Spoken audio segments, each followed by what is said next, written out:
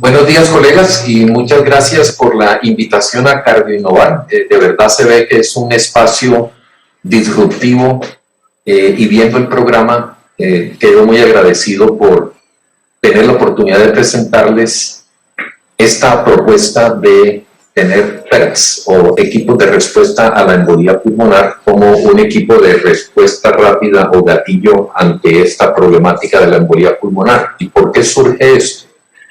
Porque en centros de alta complejidad, que por definición son los que tienen cateterismos y son los que tienen intervencionismo, hoy en día de disponibilidad para la terapia de la embolía pulmonar, no solamente tenemos las trombolisis, sino que tenemos trombolisis dirigida por catéter y otras estrategias donde se necesita que los diferentes centros prioricen cómo tratar a los pacientes con embolía pulmonar submasiva o de riesgo intermedio alto.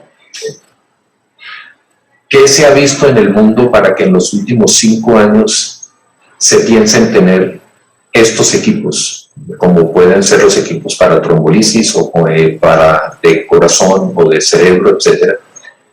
Que ha habido una variabilidad inapropiada en el diagnóstico y el tratamiento de la embolía pulmonar. Por ejemplo, aquí, de cualquier área del hospital que se sospeche un TEP o de urgencias, cuando es un TEP agudo, submasivo o de riesgo intermedio alto, hay diferentes opciones que se pueden entretener.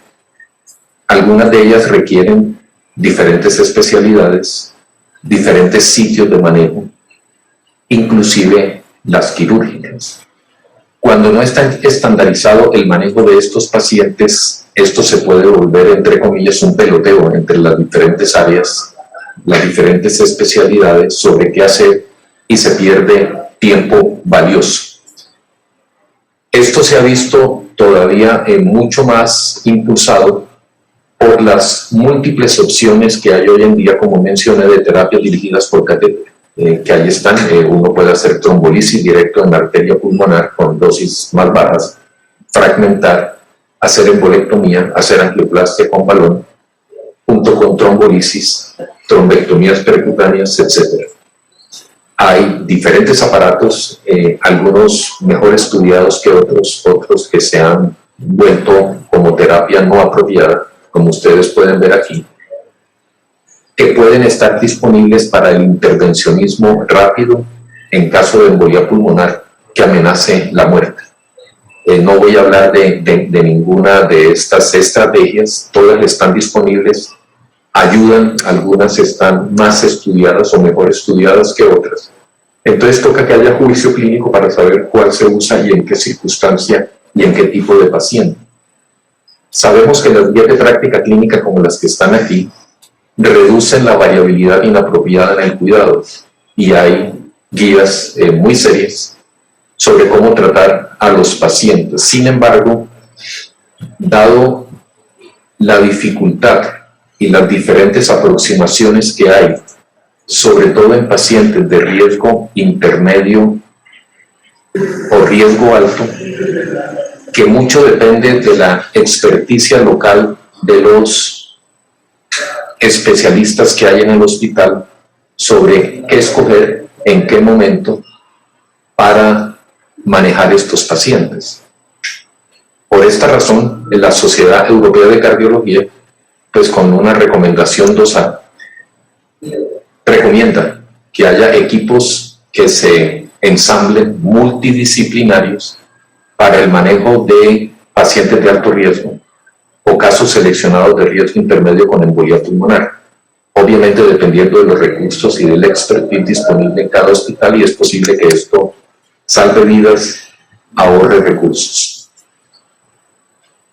Como he comentado, esto lleva más de 5 años desde que se han implementado y hay múltiple literatura sobre cómo ensamblarlos, cómo hacerlos y ojalá que funcionen, incluyendo pues hay un consorcio de equipos PERT en Estados Unidos, en los cuales hoy en día pueden haber más de 80 instituciones, todas enfocadas en estos equipos de respuesta rápida a la embolía pulmonar. Entonces, En vez de ese peloteo que vimos, ¿cuál es la propuesta de estos equipos de respuesta rápida a la embolia pulmonar? Una vez se hace el diagnóstico de TEP agudo, más bien se activa este equipo de respuesta rápida. Este equipo de respuesta rápida, si es un paciente con embolia pulmonar de alto riesgo o de embolia pulmonar de riesgo intermedio alto, cita a una teleconferencia inmediata. Creo que después de la pandemia hemos aprendido cómo hacer esto y hacerlo rápido, con los representantes del equipo ampliado para el manejo de la embolia pulmonar. Este equipo es el que decide en tiempo real y rápido cuáles son los requerimientos adicionales que se requieren, valga la redundancia, quién lo debe manejar, en qué sitio se debe manejar, y da la retroalimentación de una vez al sitio donde está el paciente y moviliza los recursos necesarios, así sea en la sala de intervencionismo, así sea en salas de cirugía, así sea en unidad de cuidado intensivo. Entonces, este es el objetivo general de los PERTs. Básicamente es el de simplificar y agilizar el cuidado y la comunicación del paciente con embolia pulmonar de riesgo intermedio y alto. Y la meta, claramente, es el de tener un sistema que permita esa evaluación rápida y multidisciplinaria para que el paciente, en esencia, se beneficie. Y claramente, pues es un paso necesario para tener un centro de excelencia en todo el espectro de la atención del tromboembolismo venoso agudo y crónico. Sabemos que esto debe ser limitado a centros de alta complejidad, donde pueda recibir pacientes con embolia pulmonar de alto riesgo, porque tiene desde el servicio de urgencias, la radiología, las camas, el cuidado intensivo, todo lo que necesita para el manejo completo, actual, contemporáneo de la embolia pulmonar, y si es caso, seguir en el manejo posterior de estos pacientes para mirar cuestiones de cronicidad en la embolia pulmonar. ¿De dónde salen las especialidades de las que son miembros en el grupo PERT? La mayoría son de cuidado intensivo y cuidado respiratorio, cardiología intervencionista, medicina de emergencia, cirugía cardíaca, en fin. Hay toda una gama de especialidades que pueden conformar los PERTs. Y los PERTs, pues dependiendo de su expertise local, tienen diferentes volúmenes de procedimientos. Por ejemplo, este es el del Mass General, este es el de Cornell, de la Cleveland Clinic.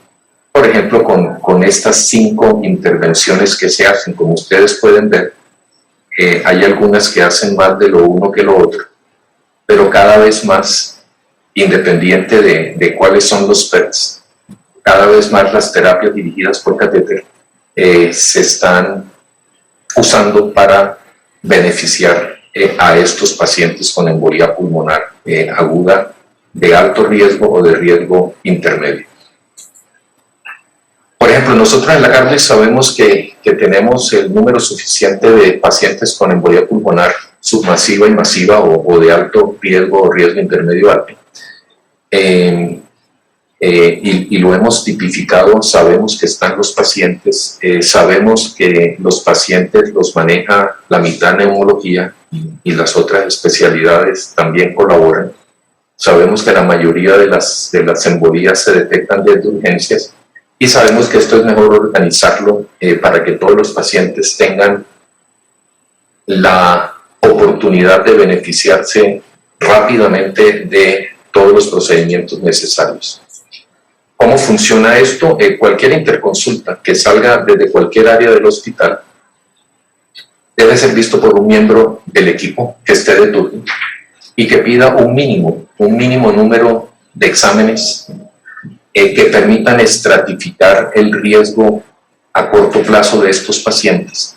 Y si el riesgo es intermedio o alto, dispara el equipo PERT, y ese equipo PERT es el que decide qué hacer, si anticoagula o hace las diferentes cuestiones que ustedes conocen muy bien, entrega al grupo tratante y moviliza los recursos. Hay responsables de las diferentes especialidades que tienen que ver con el tratamiento de la embolia pulmonar. Responsables, pues hay emergenciólogo, neumólogo, cardiólogo, internistas. El PER de respuesta inicial pues viene de la lista de turnos que están 24/7 en el hospital desde medicina interna y neumología, pero cuando se necesita disparar el PER extendido, pues hay un número de colegas, incluyendo enfermería, que se unen a la reunión donde el caso se presenta con énfasis en pronóstico y tratamiento. Las actividades y responsables para ensamblar esto, pues toca planearlo. Nosotros estamos terminando de inventar esto. Cuestiones como la lista de turno y cómo se articulan, cómo se dispara el PER, si es a través del call center o cómo se hace, cómo se cita el PER ampliado. Nosotros usamos Teams. Cómo se ejecuta la recomendación del PER, cómo se hace un registro de casos, cómo se cobra, cómo se vende el PER hacia adentro y hacia afuera, sobre todo en negociaciones, y cómo se le apuesta a un centro de excelencia futuro basado en el PER, son cuestiones que cada una de las entidades pues tiene que desarrollar. Como digo, hay tantas maneras de ensamblar PERs como grupos hay en países desarrollados y conformados de diferente forma con diferentes especialidades. Y nuevamente gracias por invitarme, y claramente el que no se adapta al cambio pues no evoluciona, y sabemos que esta manera es una manera totalmente coherente de tratar a pacientes con embolia pulmonar, muy más replicable que lo que estamos haciendo ahora, con menos variabilidad inapropiada de el tratamiento y de los recursos utilizados. Quedo disponible a preguntas. Muchas gracias.